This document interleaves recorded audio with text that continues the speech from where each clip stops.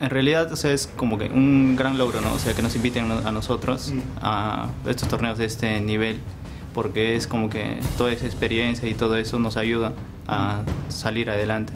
Entonces, como que nos ayuda a avanzar todos estos torneos. Nos sentimos bien siempre que nos invitan.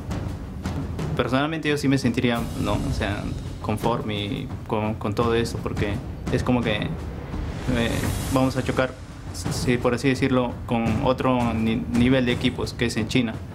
Entonces es como que otro tipo de juego y otro tipo de meta. Y es como que te inspira, ¿sí?, a practicar más y seguir. En realidad, nosotros sí, o sea, somos nuevos competitivamente, pero sí ya venimos jugando la mayoría ya un gran tiempo Dota 2. Entonces como que por lo menos yo ya conocí ya los jugadores que son tops, ¿no? Como Demon, los que están, ¿no?, en Brax y esos. Es como que no me siento para nada nervioso, por así decirlo, o alguna cosa. Y normal, no, es como que un team que está a nuestro nivel y es como que un equipo que ya los conocemos porque ya venimos jugando varios torneos contra ellos y también algunos scrims. Lo único que me pudiera sorprender sería algunas estrategias que puedan tener, ¿no?, ahora recientemente, porque como no los hemos visto en las Qualifiers del internacional, entonces como que siempre sale algo nuevo, ¿no? Y es lo único que me preocuparía ahorita. Por lo demás no hay problema. And that's not today. And now we're going to be looking at Game 3 coming up pretty soon. We're all equaled up here, 1-1. It's going to be pretty intense to see these guys go at it now that they've kind of gotten a feel for each other's strategies a little bit. But real quick, we're going to be going into a pre-game interview with Mystico of Not Today before we get into the draft. All right, after a very quick loss in Game 1, what was the adjustment you made for Game 2? The split. It was like, first game was pretty much on drafts, I think. I don't know, we don't have any early heroes, so if we get punished on links, we just lost, right? Okay, that just happened. We figure that out. So Yeah, he just said, if you guys didn't hear, he just said that it came down to the draft first game, and after that they realized their problem and they fixed it second game, and you guys saw that they worked out. What was it about the Roshan fights, because they seemed to almost get ganked in the opposite team's favor for Summer Swift? How did they turn that around? What strategy did they have going into Roshan knowing that they had vision on them? Fue más como que así, o sea, tenemos el Tombstone, ¿no? Así que normal podemos pelearles en Roshan. El único problema era el huevo del Fénix, ¿no? Pero en una teamfight lo usan el primero, yo tengo para waybaquearme y solamente nos metimos así, ellos estuvieran en el Immortal, no podíamos matar dos veces, ¿no? He just said that they were really aware of the way they approached them, and they made sure to position correctly to make sure that they were always in place to, counter the gank, and they made sure, even though if one of them got peeled, they would make sure to kind of adjust their rotation and things like that. All right, very good. Let's go ahead and get ready for Game 3. Back to you at the table.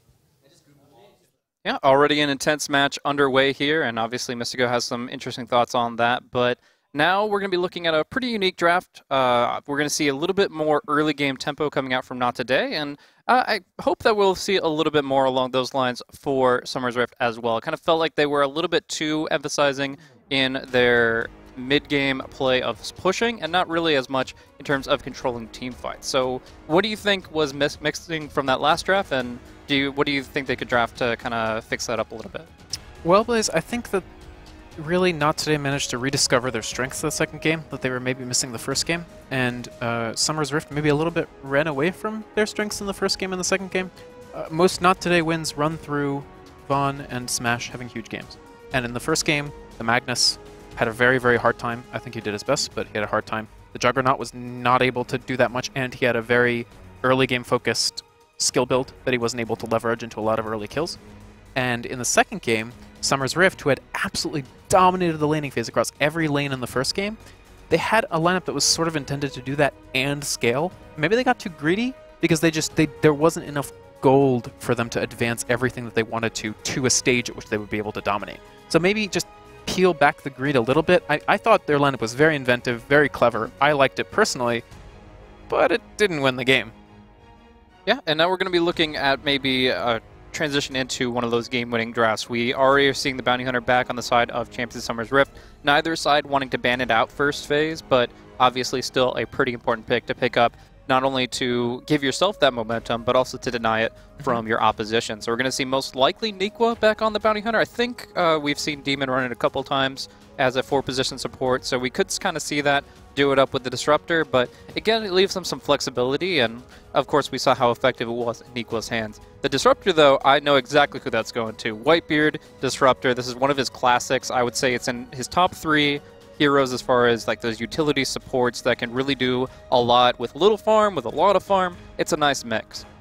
Absolutely, they definitely let that through, and it's interesting that there was a little bit of a change-up with the bans this game as well. Summer's Rift, who both games had banned Shadow Fiend and Queen of Pain first phase to target Smash out in the first phase completely. This time, they actually banned Shadow Fiend and Gyro, potentially signaling a pick that they might want to go for later, and they let the Queen of Pain through. So that means that 2 things. 1, they can play something that isn't countered by Gyro. That would be countered by Gyro if Not Today could secure it. And 2, that means that they know that Smash is going to pick the Queen of Pain. Absolutely 100% no chance he doesn't pick it if you let it through.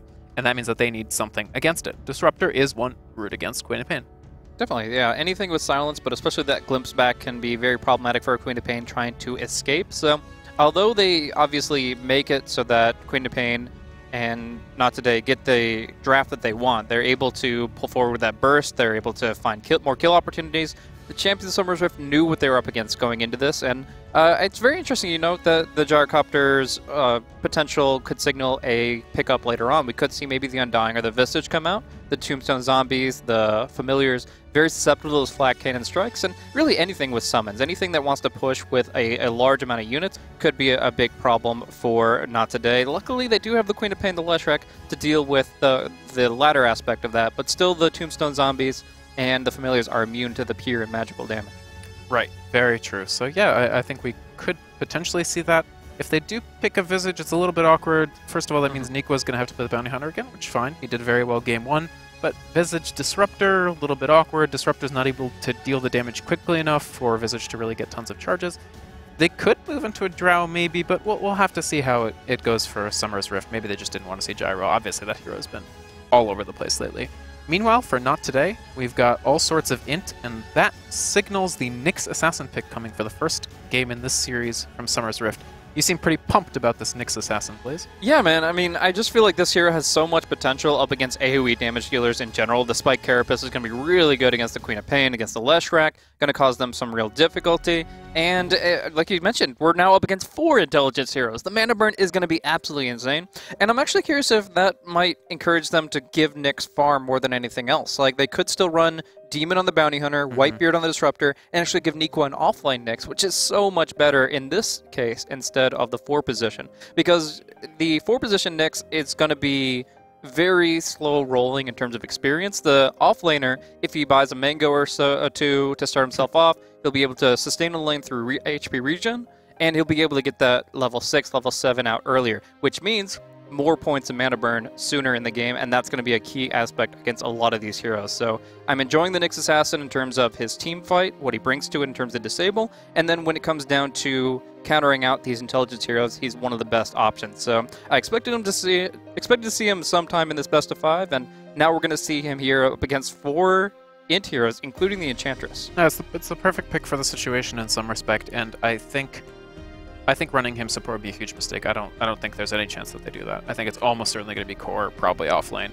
and then the Bounty Hunter run as a support. I think it's very smart. I think Nyx didn't have amazing return on farm before, which is why I think you saw him so much in that support role, because you get a blink and then But now in this patch, now that they added 2 items basically for Nyx, the Aghanim Scepter, which gives him the Burrow. Burrow is just a fantastic ability, just excellent. And then the Octarine Core, which really just gives you more burrow for your buck, essentially. And they could have a lot of gold pouring into this Nyx Assassin. He's not a good flash farmer, but hey, that's why we have Bounty Hunter.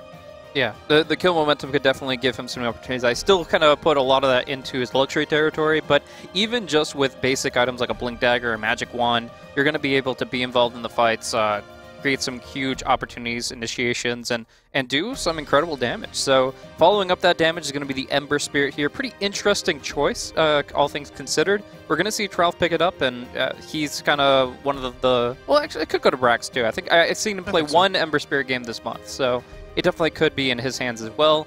But yeah, no matter what, it's going to be interesting to see how they set that up for more damage. Are they going to be going for an AoE build with the Battle Fury that's really good at high ground defense, especially against clumped enemies with like a Darkseer or Magnus? Or are we more likely going to see like something that just exploits the fact that there's such low armor on these heroes? You go a Desolator on Ember against an Enchantress. Untouchable does not really care, or Sleight of Fist doesn't care about Untouchable, and you're able to do so much just with that quick physical burst. So we'll see how they want to build it, how they want to lane it, now that they know that they're up against Van Slark. Yeah, this game is really a function of how much space Summer's Rift's going to be able to generate for Ember. If Ember strikes out, if he doesn't have a good lane phase, if he really struggles to pick up his core items, Battle Fury, possibly a Dezo, possibly a crit, then they have no damage. They have no damage unless the Ember does well. Maybe they can pick up a very high damage dealer with their last pick, but otherwise, you look at Not Today's heroes, every single one of them deals damage. Shadow Demon obviously amplifies other people's damage. You look at Summer's Rift's heroes, Disruptor, very low damage after lane phase. Nyx Assassin, not known for his damage unless he's stomping. Yeah. Bounty Hunter, yeah, Shuriken does a little bit, and Ember, very, very, very farm dependent. So I think the pickup of the Slark from Not Today is pretty smart as another hero that can generate a crap ton of pressure on that Ember. Okay, Storm. Okay. Now we're talking about heroes that deal damage. Absolutely. Stormshare has an immense initiation potential here, can really get the zip in and just bring a certain target down, maybe even getting an Orchid out on the Slark before he's able to get the Dark Pact, which would be immense for finding those kinds of kills. But it's going to be interesting to see how Not Today lane this, because now we see that Smash is going to be running on the Leshrac. That might mean that we're going to be looking at an offlane Queen of Pain by Ifrit. It's actually, like, when I first saw offlane Queen of Pain with the blink buff that she received a couple patches back, I thought that it was pretty smart to run her that way, just get level 6, just prioritize the skill points more so than the farm. But it's actually kind of receded a lot since then. I have not seen an offlane Queen of Pain in a few weeks. The move speed nerf hurt offlane co-op more than any other co-op because move speed doesn't matter as much in... I mean, it still matters a lot in mid, but the thing is it's closer to run back to your tower, and your maneuverability around that smaller area isn't quite as important as in the offlane, which is really long, and you have to get back to the tower sometimes. I actually think offlane co-op is still pretty good. My concern in this game with the offlane co-op is, first of all, Ifrit has not had a great series. They don't usually expect this guy to carry, but he's had struggles in the laning phase, especially Game 1. Game 1, he got shut out of the game completely. He did almost nothing on that Clockwork all game. And there's a Disruptor on the other team. Disruptor is bar none one of the best heroes against offlane co-op if they choose to run him there. But if they do, you just put your Thunderstrike on the co-op, and then when she blinks into trees, which is one of the greatest strengths of the offlane co-op, that she can just blink into trees and be guaranteed safe, you just glimpse her right back. So Ifrit's got to be super careful about that. If the co-op just feeds early, it's going to give Ember a critical leg up for farm. Yep, we're going to see Demon doing some nice poking and prodding here with the Bounty Hunter against the Slark, getting that extra free hit in with the Shadow Walk here, zoning him off of the bottom Bounty Rune. So it's going to be forcing Not Today to kind of clump up around this top Bounty Rune, which can be a little more interesting of a contest. We're actually going to see right now, they're just going to look to give it to Ifrit and cede the bottom Bounty Rune to Summer's Rift. So Smash actually is the one who wants it the most because he actually is lacking HP regen right now. And it's kind of interesting that they don't have any follow-up on him right at this moment. So if there was pressure coming in on that top rune, Smash would be in some real trouble. But as it is, 1 versus 0, he gets the rune, and he will get some tangos or a salve to help him out in this laning phase up against the Storm Spirit. I wonder if they could have maybe considered running a non-standard lanes with like a co-op mid and like a dual lane with the Leshrac SD. But no, that's not how they're going to be going. In fact, Ifrit is going to grab an early Ring of Protection, which I think means to me... Okay, yeah. Very interesting. So they're actually going to run Ifrit in the safe lane. Okay. And dodge the Disruptor. I think that's very smart. But then what does Van get out of this top lane is my real question. Van is an amazing Slark player. Gonna see some big damage. Oh, the Split Earth does not connect here. So Brax will be able to walk away. Central Ward comes out against Demon, but they've already exhausted their spells. Now we're going to look back up top here, and yeah, Slark is going to have some real trouble here. Going to get zoned back. A few pokes and prods against Whitebeard here and there, but just it's not really going to do much for him in this position. Obviously, he doesn't have a ward to cover him. And although, yes, you're making sure the Queen of Pain gets farm, as she's just going to be 1v1ing the Nyx Assassin, we're also looking at the fact that the Slark, who so far, from what we've seen from Van, is very reliant on at least getting a Midas out early, if not a mobility tool to get to the fights. It's going to be really difficult for him in this laning stage. Von loves that early Midas on his Slark. Not everybody does it. Sometimes it's a little iffy, but yeah, he loves getting that. I mean, I can't imagine the SD permacamps mid. Eventually, they are going to need him top to secure the lane for Slark. Otherwise, yeah, Slark's going to have a horrible time. It's really unfortunate because I think if they do get that first blood, I think if Smash lands that Split Earth, then there's almost no question that the SD can freely rotate and they're going to be completely fine. But because Smash in a rare big, that's a big laning error, honestly. There's almost no reason to miss that. There wasn't anything interrupting him, so... Unfortunately, not only is that sort of an unforced error, but the other thing is that Smash revealed essentially the location of the Sentry Ward by hitting Demon when Demon was up here, but not hitting him when he moved farther west. So Demon knows that the Sentry Ward is somewhere within this box, essentially. Exactly, and he's got a Sentry Ward of his own, so if he finds an opportunity, drops down the Sentry, maybe uses a Tango or a couple quick right-clicks to bring down that ward, then they've got a point of leverage in that lane that might actually result in the death of the Leshrac. So problems abound for NoT today here as they start things off. Van's going to go ahead and try to just pull back the creep wave behind his tower, get his second CS of the game. He will accomplish that feat at the very least, but here's going to be Bounty Hunter just roaming around. It doesn't break the smoke of the Shadow Demon, actually very important, because that Shadow Demon really needs to make a gank succeed, and the Leshrac's at a pretty good level to make that happen, with the double damage rune. Without the DD rune, maybe not, so Mystico is on a timer here to make this play. It'll be very difficult to actually get Brax out of here. The smoke is actually going to run out soon, too, so he has to make a move if they want to get this kill. They're going to go Demon's bottom, so now's the time. Let's see if they can land it. Yep.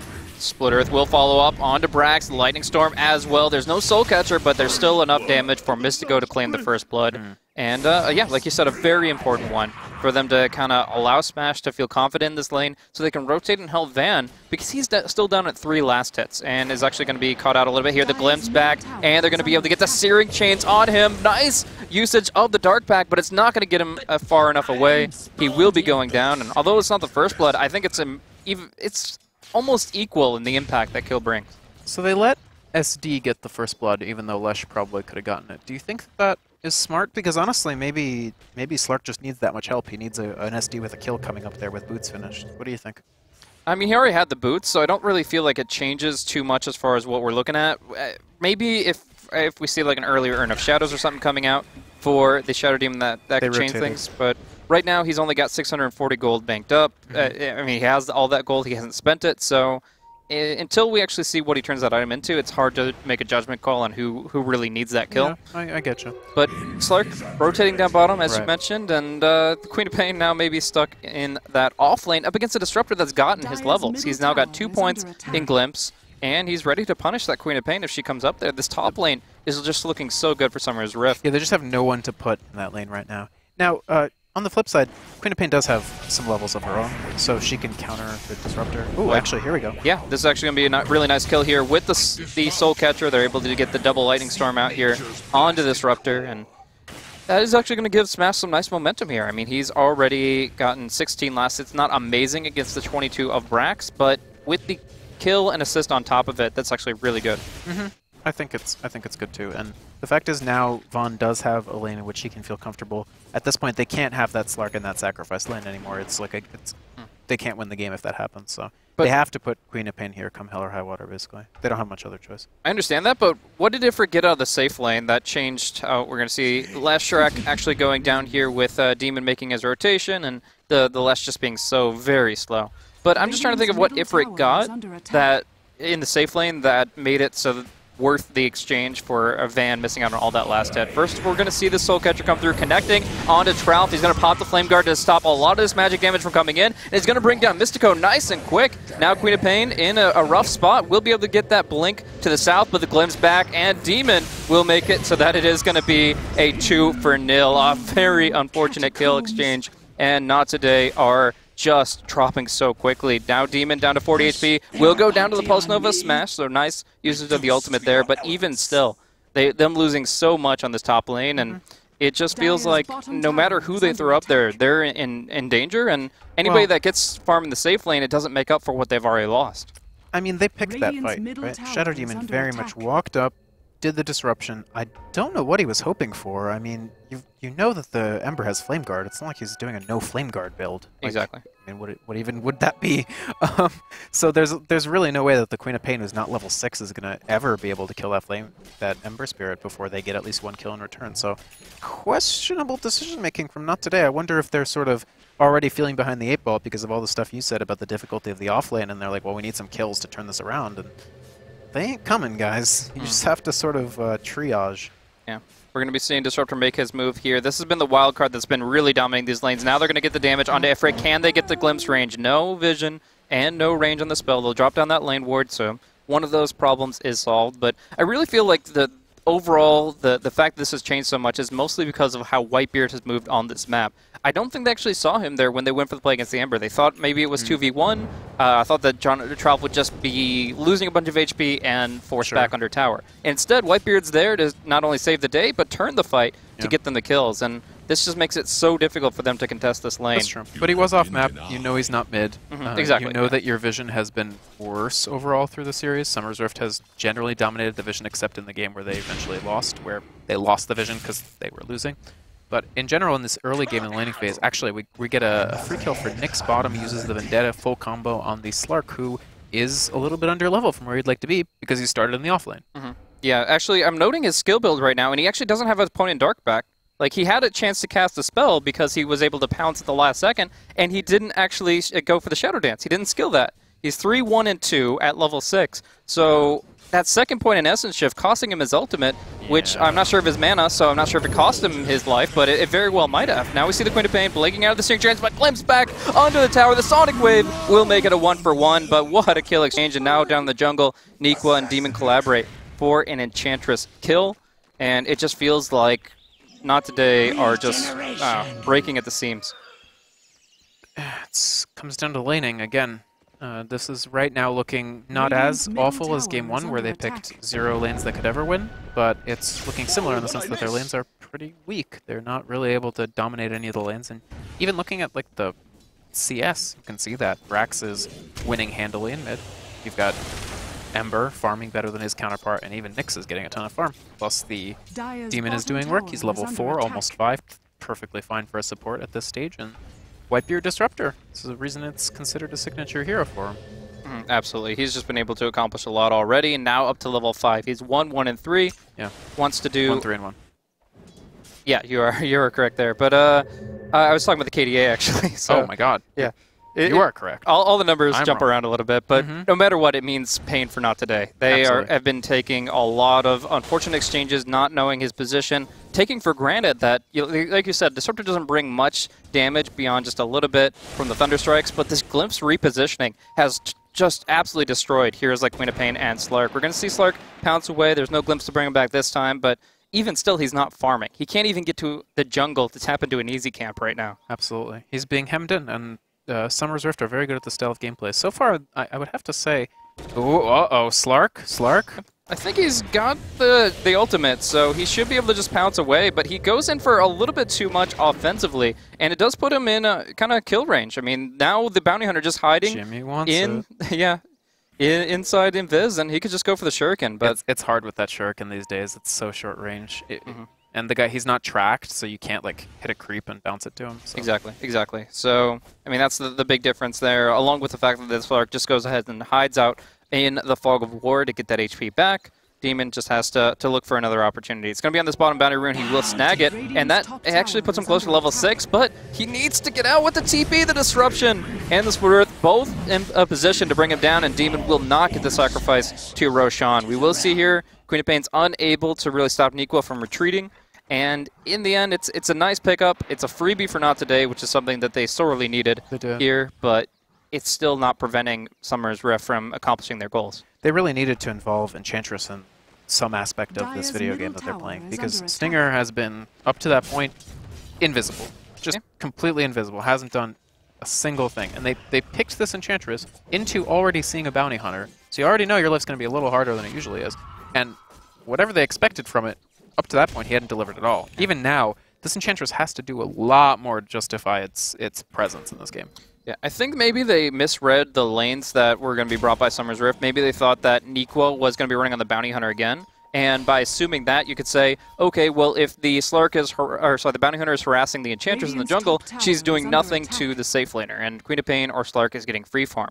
So by making that assumption that it's going to be a one-man bottom lane, they pick this Enchantress and in the end get nothing. Like you said, she's been like Satyr blasting, Harpy, Stormcraft, or Lightnings, but really nothing of merit. And they can't even get the kill on the Ember Spirit. He's playing safe, not pushing, so even though the Demonic Purge could have purged the haste rune that he's carrying, that still was not a kill opportunity thanks to his cautious play. It does, however, cost them the tower. Tier 1 will be denied up top once again. Yeah, caught inside. That ultimate here, Whitebeard doing some good damage, and Brax helping to finish it off. So that is going to be Disruptor now suddenly at a net worth value of 1,900, playing a full 5 position. Like, he's been buying everything supportively, but he's still, with his KDA, able to pull forward and just put out so much pressure. We're going to see even more of that with the track gold. Yeah, they gave Whitebeard his chance to be part of the Pentacore. Now he's been banished to the realm of outer support. And not today trying to go for the tower trade. I think that's acceptable. What I'm looking at right now is just Brax has 80 CS this game. Oh, here we go. Maybe some action. Maybe. The Leshrac will be able to last at the tower, so the main thing is done, but they want to get something on top of it here. Stormspirit taking a lot of damage. Nice ultimate coming in from the Queen of Pain, but Brax is able to just ball away here, gets too much distance, and he will survive. So that is going to be the death of the Bounty Hunter and the Tier 1 tower killed, so Not Today can't complain about that, but all in all, with that Sonic Wave committed, you'd hope that you could bring down the Storm just a little bit too tanky with the point booster. That value HP really changing a lot. And now he's going to go right on Stinger here. Untouchable or not, they're going to lock him in with some spells and bring down an enchant in exchange for Nequa's Nyx Assassin, who just walked in under the Sentry Ward in Vendetta. Smash?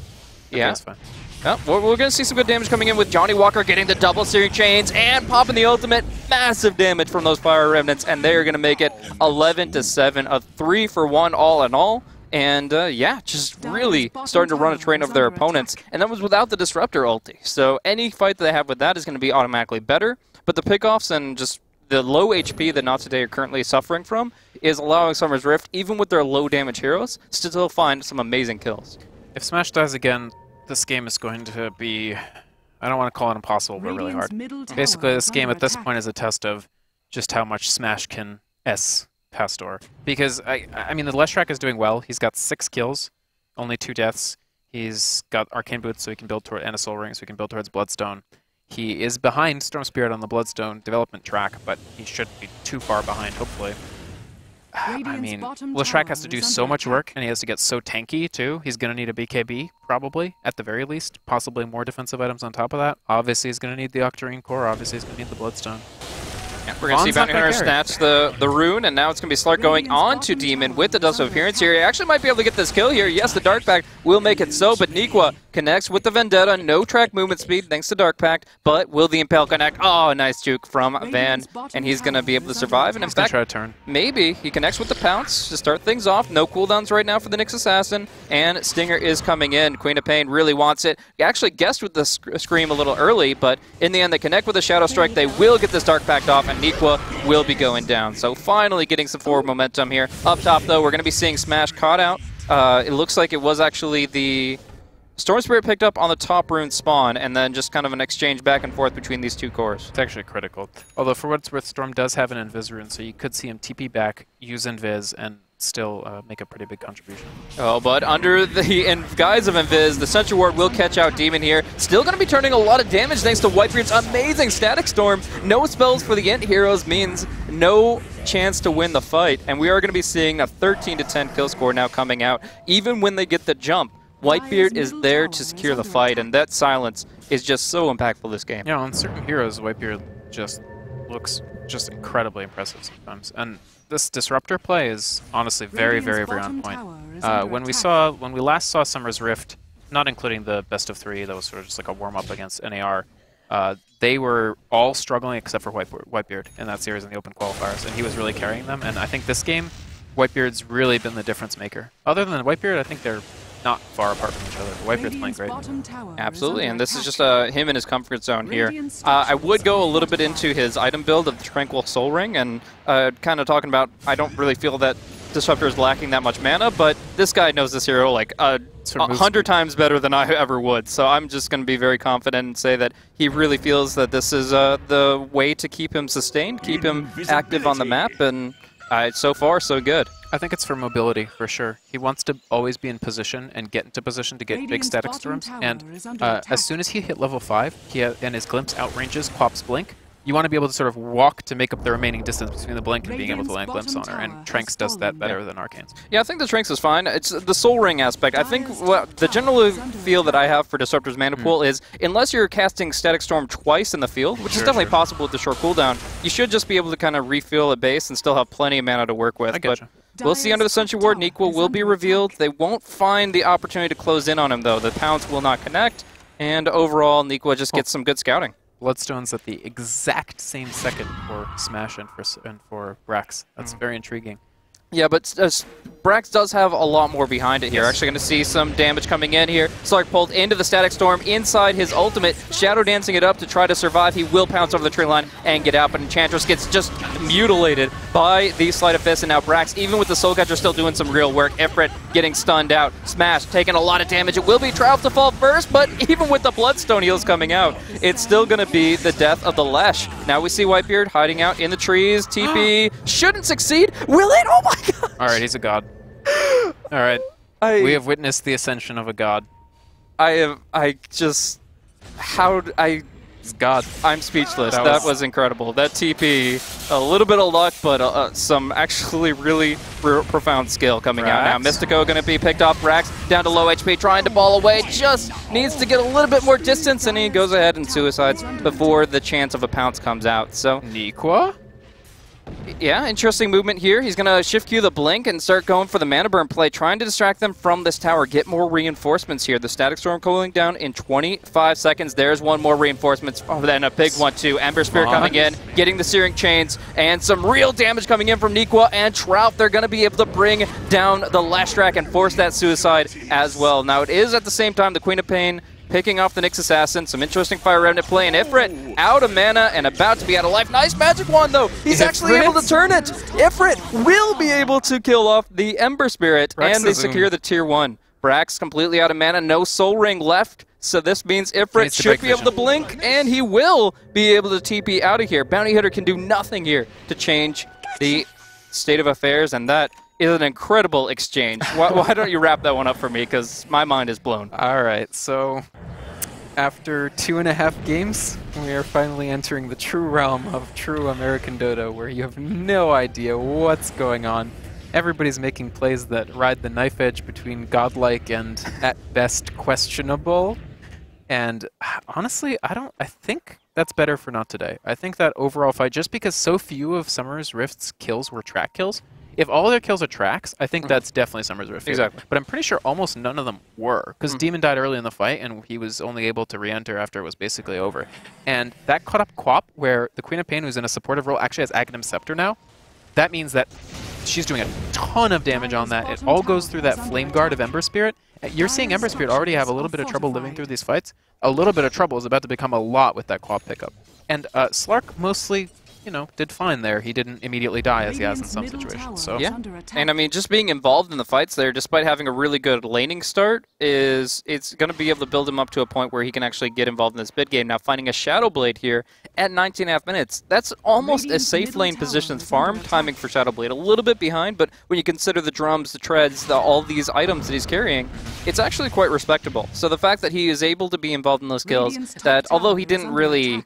I don't want to say he didn't contribute, but he wasn't the most impactful He drew a hero. solo Static Storm. That's a lot. That means Lashrak didn't have to eat it. Sure. So, I mean, playing the bait card more than the aggressive kill securer, he's still able to do a lot and stay in that AoE gold bounty to build himself up. So now he's got a Shadow Blade. Now he has some real potential to make the gank plays happen. And we'll see, actually, Track maybe frustrating him a little bit. He's going to have to Dark Pack that off every time, because otherwise the Shadow Blade initiation can't happen. Yeah, I mean, I like his items. I like the drums. I like the treads. Shadow Blade's fine. I think I understand why he feels he needs it. And yeah, he can Dark Pact off a track and immediately Shadow Blade afterwards before Demon gets his track cooldown back up. Oh, Whitebeard taking a lot of damage here. One more hit, he will go down, and Unstoppable Streak will go for the Queen of Pain, which makes her a really juicy kill if they can get it. Balling in, nice defensive disruption from Mystico. She will survive, blinking away from the Impale. Nikwa can't kill her, it's gotta be Brax going in deeper, and they will break that streak. Now gonna get caught in the pounce, popping the invis. The Sentry Ward is down, but Brax jumping out of the pounce, keeps going, keeps running, and he's gonna be able to get some distance. The impetus hits, and so too does Van. Finalizing that kill. Now Demon on the run here. It looks like they're out of detection, but they got the kills they wanted. Unfortunately, at the cost of a major kill streak on this Queen of Pain, going right to the Storm Spirit. Ooh, Nikwa? Nikwa down. Nice find coming in from I gotta Slurk. say, Von's pounces are so on point. Yeah. He knows how to pounce with this hero. Yep, and it looks like he's not going to connect on to Demon there, but he still gets the kill, and that's huge. This scoreboard is not counting the Bounty Hunter kill that just came out, but you can still see that the Storm Spirit, despite dying, got quite a bit thanks to that kill streak. 574, but as far as the main profiteer, that's going to be over 1,000 gold coming in for Van. Now Stinger going to get caught out here, a little too push-oriented here. It's only 22 minutes in the game. There's quick respawns coming out. Now we see Whitebeard is going to be forced into one of those quick respawns as he gets nuked down by the Sonic Wave level 2, and this is with an Ag's cooldown. So it's no real investment from NoT today. They take down the Disruptor quick, and it guarantees this tier 2. NoT today are trying to push the game into that very chaotic state that Game 2 hit, where they surmise, and it seems at this point possibly correctly, that the team that's played together for thousands of hours is going to have an advantage over the team that's played together for 10 real-life days. Exactly. And we saw that in Game 2, where Summer's Rift, they had a period in which they should have kept taking fights, and then they kept taking fights past that period, and NoT today just took over, and I'm feeling a little bit of that starting here, especially because they're taking out Whitebeard. They've identified that Whitebeard was winning the game for Summer's Rift. They are using Quap Bolt on that solo Disruptor like it's no tomorrow. Absolutely, and it's finding some real good opportunities here. Now we're going to see Nikwa stocking up on the double damage Queen of Pain, mostly for intel. I actually don't know if they could find a real snipe here. Even with Brax jumping in on the Storm Spirit, it's a really tough call. If he had Orchid, absolutely, you make that play. But as it is, they let Efrit back off, they get some better vision out, and they lay the groundwork for the next fight. And I think that's an important stance to take here, because you were talking about it before. The reason that these chaotic back-and-forth trades are not favoring Summer's Rift heavily is because there aren't any tracks hitting the field. Yeah. The team fights aren't lasting long enough with Demon able to start it off. Here's a track, okay, now let's fight. It's just all happening all at once, very abrupt, and Demon hasn't been able to really infuse his team with the gold they need to push forward. I agree with you, Blaze. I think that's absolutely true. And another thing that's interesting is, actually Slark, I thought he would go for a fast BKB, but he's feeling a little more comfortable now. He's actually going to go for that Scotty, and he's not far off. He's about one ultimate orb away, so 2,100 gold. Once he hits Scotty, he's going to be so tanky. Yeah, I mean, Scotty's great, but it's a really tough call against Storm Spirit and Disruptor, two heroes that are so heavily countered by that BKB. We're going to see Brax go for a ball TP, and three heroes sneaking around, but I think they probably are going to sound the retreat pretty soon. Maybe they could go for the 3v1 against Smash. It's very unexpected with the fact that Brax just went home. And I could see it happening, but everything has to be perfect. The disruption's there from Mystico. It's not an easy kill at all. No, it's certainly not an easy kill. And the fact is, Tralf only just now at 24 minutes finishing his first Battle Fury. We talked about how this lineup kind of lacks damage, even with the Storm Spirit. Storm Spirit is getting targeted so heavily that he's not able to deliver as much damage per fight. Once the Storm Spirit's down, now finally they at least have the Battle Fury. Before they had that Battle Fury, other than the Storm Spirit, it has no damage. So they just, a long fight, Leshrac, Queen of Pain, Slark, you're going to get out damaged. I mean, even Enchantress, not that Enchantress has really been able to do much, but in theory, longer fights favor her. Yeah, definitely. We're going to see Tralf just try to keep farming, keep involved. He's going to go ahead and get all of his mana back here with the Fire Remnant TP play, jump right back to the jungle to keep on the move. So that's the idea there, is just for him to really take advantage of the Battle Fury, find some stacks, find some good farm momentum. In the meantime, Smash trying to go for a TP play himself, canceled out by the Shuriken, and despite the disruption, he is going to fall at the Glimpse location, and that should be him going down here. Nice combo coming in from Demon and Whitebeard, and such a huge kill. Yeah, that's an absolutely critical kill. They need to find solo pickoffs like that, not the big 5v5 engagements that they're not able to secure. They just use Static Storm. If you use it on a solo pickoff, you're not going to need it again until the cooldown's up. It's a short cooldown, so that's a very, very important kill for Summer's Rift if they want to win this game. I still think, I do think that they're They're both on the numbers behind, and they're strategically behind, but it's not by any respect unwinnable. Ember is a monster late game. Storm Spirit obviously scales very, very well. I have a question for you. Smash is about to finish his Black King bar. If he had that on his person when he got glimpsed back and was going into that Static Storm, do you think they actually could have turned that engagement? Everybody was really far away. So Smash was here, and the closest member of NoT Today was here. He'd have to survive a terrifically long time. On the flip side, hey, Disruptor does not have Ags. He's probably not going to get it anytime soon. He's doing his best, but yeah, maybe.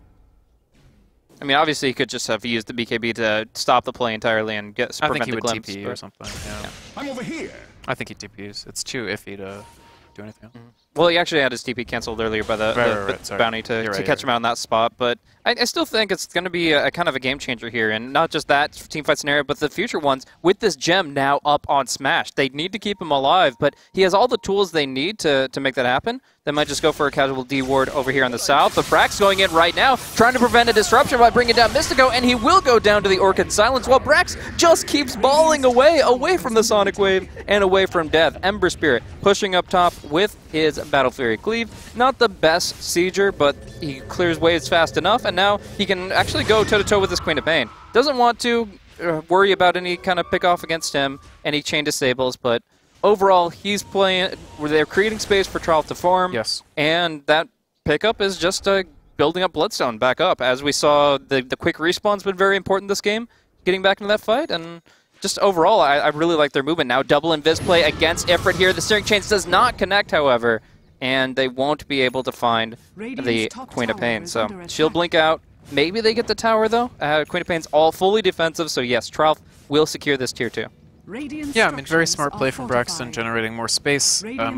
Going on the Shadow Demon, obviously the right call. You know that there are these two supports. One of them doesn't do anything, and one of them can save anybody else you go on. So you go on the one support that does anything, and the other support watches you and wishes he was on a different hero.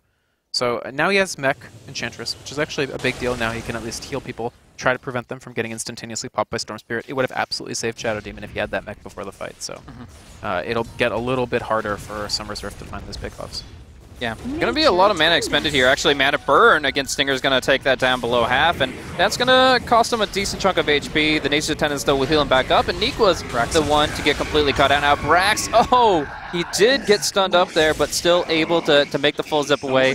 Such an incredible mana pool on him. I mean, he's got 1,800 mana, he's got 27 regen, and even at Death's Door, he's able to just fully disengage across the entire map. Nothing to stop him. No, it's the no stun. It's the not having a support with a reliable stun. They just can't stun. They are stunning the Storm Spirit, but every time it's not for long enough for them to actually land the Queen of Pain ult. That's maybe the third fight straight where the Queen of Pain ult sails past the Storm Spirit's head. Yeah. If that Enchantress was like a Rubik or something, I don't know.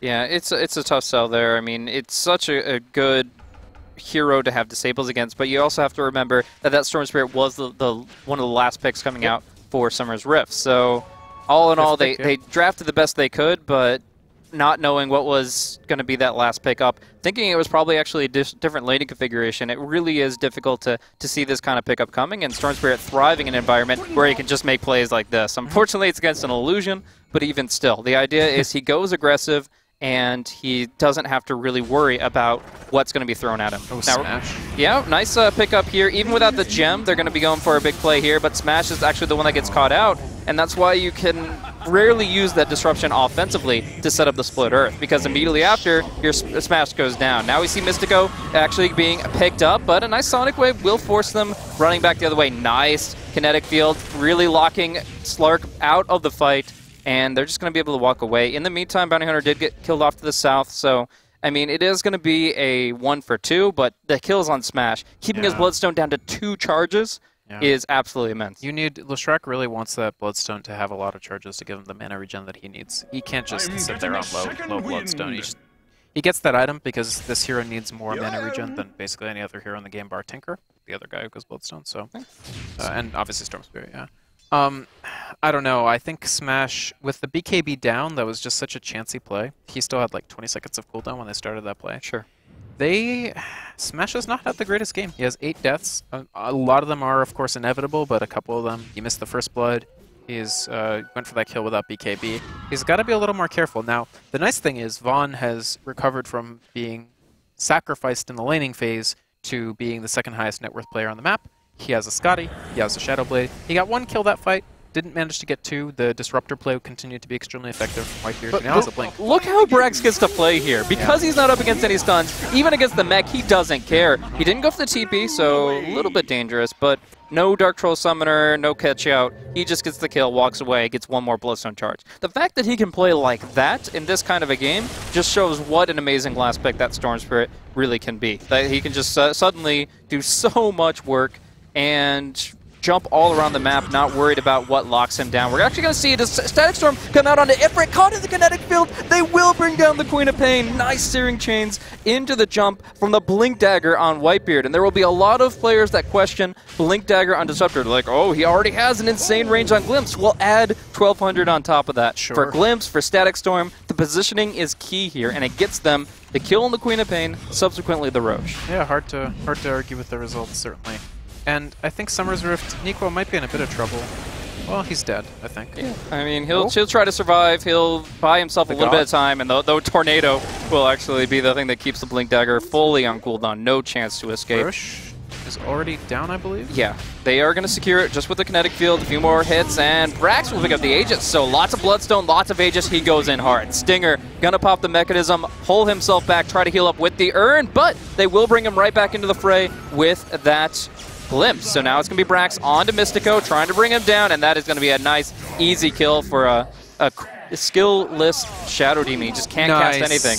Now a beautiful pickup from Nico with the Blink, and Force Staff as well. You don't get that kind of range without 2 mobility tools, and Nico buying back into the fight is making it well worth it as they're securing so many kills. Smash will BKB the Glimpse, and they will lose Nico. That's a dieback for him, but even still, Summer's Rift have just taken a commanding position in this game with all the kills they're able to hammer out. I think Summer's Rift are just playing this exactly correctly, unlike the way that they played Game 2. In Game 2, they transitioned from being able to fight like full team on full team and having the advantage because of the mobility of the Nature's Prophet, into not being able to do it and not transitioning into pickoffs. This game, they realized that they were no longer able to take the full straight-up pugilistic 5-on-5s, and they said, hey, let's take our pickoffs whenever we can. Brax has done fantastically this game. He's been able to generate a lot of that pressure. Honestly, Nikwa and Whitebeard, also in supportive roles, have also generated just tons and tons of pressure. And of course, you can't discount the Bounty Hunter, just the vision, the presence, the overall sense of the game that he brings. It's quickly become the most contested pick in this series. Yeah, I mean, I wouldn't really say that the Bounty Hunter did that much work this game. It's been nice, but it's really been defined by me by Brax's Storm Spirit. The way they picked it in the draft, kind of going for a bit of a feint with the Ember Spirit early pickup. They're like, okay, well, maybe we see this in the safe lane, maybe we see this in the mid. Not today, don't know what to expect. And that's the strength of Summer's Rift's draft potential, is when Brax is playing, if you just look at his heroes played in the past month and you see he's played everything once, you just don't know what to expect from him. And when he's able to pull out such a perfect pick like this Storm Spirit, he can just do anything. Like going in here, he's going to be defensive disruption, keeps the Enchanters alive, but they can't actually kill Brax. He's got too much mana regen, he's got too much mobility, they have no disables. His Aegis isn't even in jeopardy because he's now rocking 47 mana regen with the Hex. Yeah, I mean, 13 Bloodstone charges and Hex and Orchid. It's just a fantastic loadout for Brax, picking up an Invisivering to boot. Oh dear. Vaughn's gonna maybe try to go for Nico. I don't know if he can do this. He's got to be careful of the gem, too. Yeah, he's gonna get a flying sheep out here. Nico gonna stun him up. Can they get the disruption? Nice disruption! Keeping Van up, keeping that gem safe. But we're going to be seeing Brax here still kind of in the fight a little bit. Probably wants to use the Aegis at this point in time, committing his life to get a kill, but it's actually going to be here on the BKB Smash. They can't interrupt that TP. He will actually make it out alive, and in the meantime, Slark with that BKB active will kill off the Gondar. Now Mystico going to be picked off, Ifrit blinking out, and oh, Van with the gem! He is getting caught out here, the Shadow Dance giving him a little burst of speed, but there's the Glimpse back, and that is a huge pickup. Bringing down the Slark, who's already had kind of a roller coaster of a game. And, of course, not only adding more bloods to the stone, but getting the Gem of True Sight on the side of the Dire. A couple more bloods. Yes, all the bloods. Stacking it up, just taking it out of Leshrak's sippy cup, essentially. He's got his little chalice here of 3 Bloodstone charges, while Storm is just bathing in 15. Vaughn took Brax's blood last game, and now Brax is taking Smash's bloods. next game, Smash maybe will take Demon's Bloods. Who knows? I drink your milkshake. I don't know, man. They're just... I don't know, Blaze. Enchantress. Yeah, having a really hard time getting hexed up. No disruption in sight, and that's just going to be another kill. Nikwa kind of vulnerable, but with the glimpse back and the 4-staff out, I think he's okay. And wow, some real damage coming in from Trout. Now that he's got this crit, now that he's got this cleave, all coming into play here. We get a glimpse back. Is not going to be successful, but we do see them kill off the Shadow Demon. Without the Shadow Demon, no chance to hold, no saving Smash, and at this point, it almost looks like game. It's growing increasingly difficult for NoT today, and I think that they are thinking what many people pubbing often think, which is degenerate Storm Spirit pickers. That'll do it, man. I mean, right now, Brax is just looking really strong, and it really comes down to him being able to just pretty much do whatever they wanted. That was the last pick, though, right? Like, there wasn't any way they could counterplay about it in the draft. So, with that in mind, I don't know. The Enchantress against the Bounty Hunter didn't work out the way they expected it to. All 5 heroes up against the Storm Spirit failed to bring the control also.